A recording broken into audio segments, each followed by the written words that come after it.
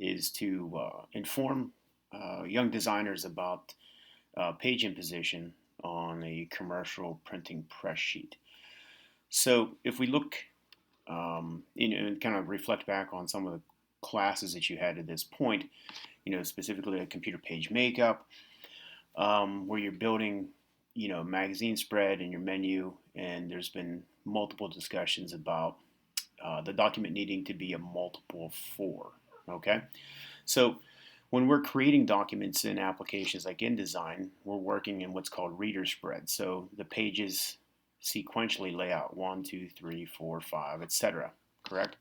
And then, further into the class, you start to become familiar with print booklet settings to where you're actually able to create a PostScript file and then simulate the fact that you're creating some printer spreads. So again, pages 1 and 8 will be side by side, and this could be an indication of the front cover and the back cover, and then 2 and 7 and 6 and 3 and 4 and 5 and so on. So these pages have to back each other up, and when you're running them through or printing out on a small color copier, color printer, office related device, something like that will suffice. So the the machine itself actually duplexes the page. So it pulls the document through a series of rollers, and then it reverses that and fuses the toner to the back side of it, so that again it replicates that the interpretation of a printed publication. So again, 2 and 7 and backing that up, 1 or the front cover would back up 2, which would be the inside front cover, page 8 being the back cover, and page 7 being the inside back cover, and so forth. All right. Now the problem that occurs there is that the greater the number of pages, the difference in sizes, and for things to be economical, a commercial printing facility doesn't necessarily utilize those same tactics. You're talking about a commercial offset press that may be utilizing a 40-inch sheet. So the purpose of imposition is to, the commercial printing company has to lay the pages out on the press sheet to maximize the press sheet size, to reduce on spoilage so we're not wasting paper, wasting ink, etc.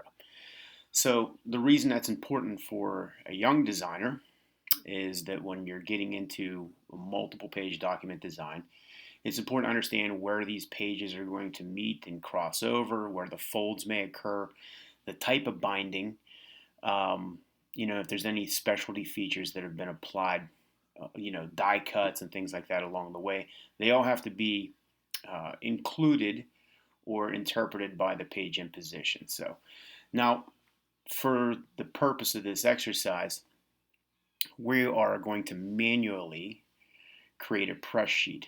Now, most commercial printing companies have software that automatically generates the imposition for the press sheet, and then it allows you to perform like a soft proof or look at the file online in a PDF format. And then whenever the plates are generated, or a color matching proof, that allows the pressman or the customers, to check the work as well. So what we're going to be taking a look at is the project folder, and you can see I'll give my last name Moody, and inside I have the fonts, I have my images folder, I have my raster images. Now please pay attention, they're all in PSD format, so there is no JPEG, no GIF, no PNG file formats. Those are all web-related formats that we discussed in production. So we're working strictly with PSD files, EPS TIFF, or you can work, your vector files can be AI or EPS files as well. So, but I have all my raster images, and here's a PSD format. Inside the vector folder, I have the National Geographic logo in an AI format, and I have this color bar AI. Now this color bar AI file is directly related and tied to the press sheet forms document that you have in the project folder. So we don't want to delete this. It's tied directly to it and linked to it, so it's important that it maintains its path structure into the vector folder. Okay. So next, you can see I have my 8-page InDesign document, and I have exported that into a PDF file. Now we'll take a look. Here's my 8-page document. Now when I exported that InDesign file, there's a few things to note. There's no crop marks, bleed marks, registration marks, anything like that. If I come down here to the bottom left, you can see that my document size is 8 by 10 according to the project specs. And I exported it as single pages. So I unchecked facing pages. That's important to know. Everyone's workflow process is a little bit different. I can tell you from personal experience that we always requested the clients to supply us with PDF files that were in single page documents as so. So I have 8 pages that are just sequential, running from the front cover to the back cover. Okay? Again, no crop marks, no bleed marks, etc. So what we're going to do is take this 8-page document and we're going to apply it to the press sheet that's been supplied to you. So in the commercial printing industry, there are some terms, and they're not vital that you memorize them or anything like that, but it's important to have working knowledge of them. But when we try to maximize the press sheet, so we're looking at a press sheet here that's 20 by 26, and we have 4 pages that are laid out in the proper imposition on that press sheet. There are some terms called work and turn, work and tumble, and sheet-wise. Now this exercise is strictly going to review the application of work and turn. And what that means is that when they print this side of the press sheet, the pressman or the press helper will literally turn the sheet from the right side over to the left, like flip the sheet over, or left to right, whichever preference they have. And that's what it means by working it and then turning the sheet over, so that when we look at the second page, now we have 6 and 3, 2 and 7. So you can see that they're on the opposite sides of 1 and 8, 2 and 7. So if you could envision this press sheet being flipped over and then run back through the press with these pages on it, the document will automatically back itself up. Okay? Work and tumble means that you run the press sheet through, and then it's kind of like it doing a forward roll. They take the tail and flip it up towards the head, or vice versa. And then there is sheet-wise, and that's basically meaning they try to place as many single-sided documents on the press sheet as possible, and that relates to having a front and a back. But again, these aren't terms that you have to memorize. It's just information that you should possess and become familiar with.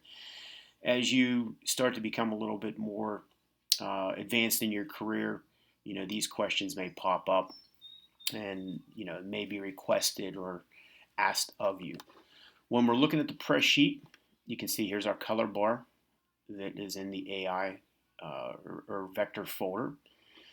These are the trim marks or the registration marks. You have these fold lines that indicate where the document will fold right in half. These are what is referred to as side guides. So these actually show up on the side of the press sheet, so that gives the pressman visual feedback as he's running the document or the pages through the machine, through the press at an extremely rapid rate. He's able to keep an eye on that, and then he can see if the sheets are shifting or turning, corner to corner at all, and he's able to make those adjustments. And what you see here in the middle, this is referred to as a gutter. So the green bars indicate the top of the page. Obviously, it's the same orientation as the numbers, but this is what's called as a gutter, because when the bindery department receives the press sheets, they will trim it out based on these trim sizes, and then they will fold the document in half. They'll take the tail to the tail.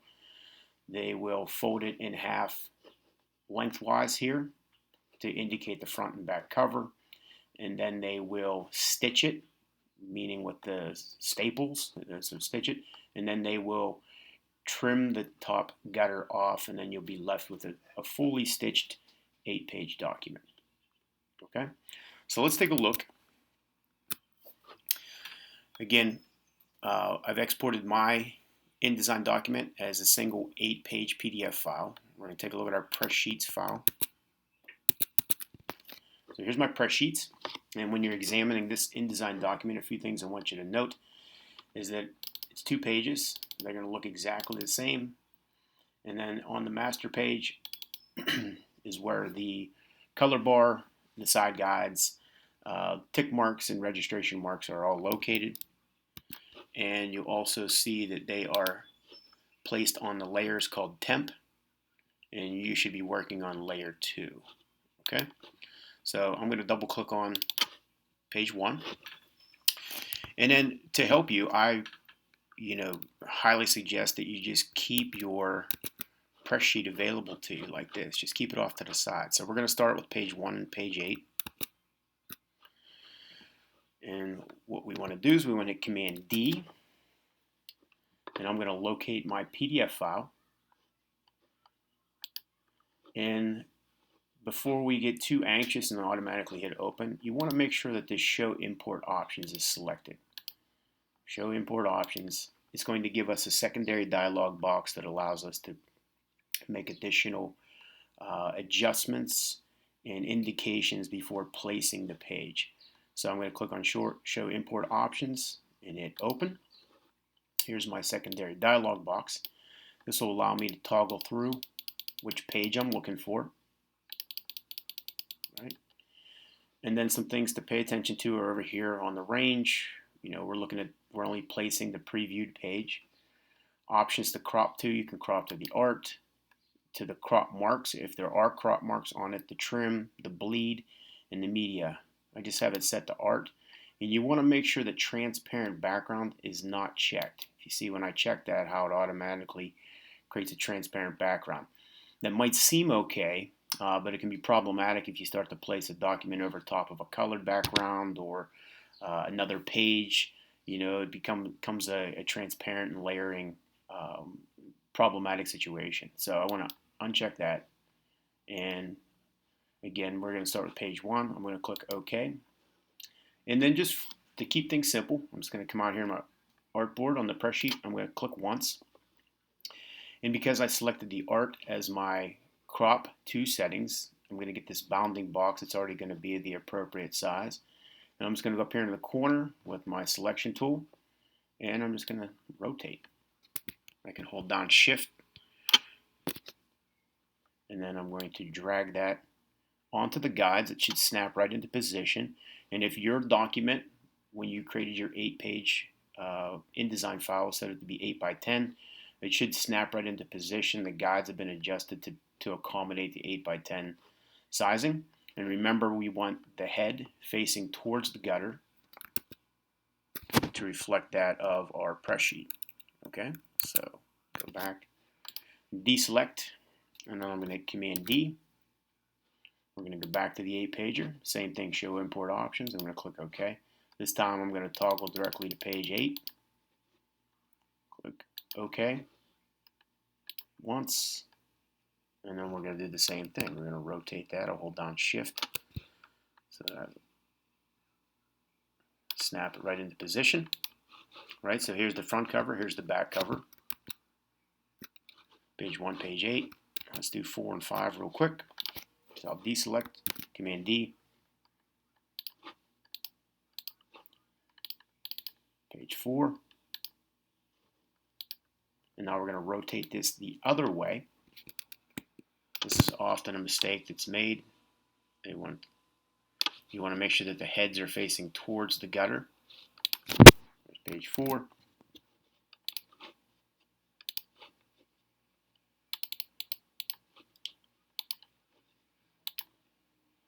There's page 5.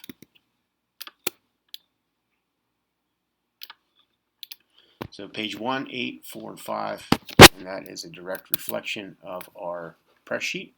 And then all I will do is I'll scroll down to see pages 3, 6, 2, and 7. And then on my InDesign file, I will scroll down, and I'll repeat that process to match this press sheet size. And then when I am completed, I will go to File, save it.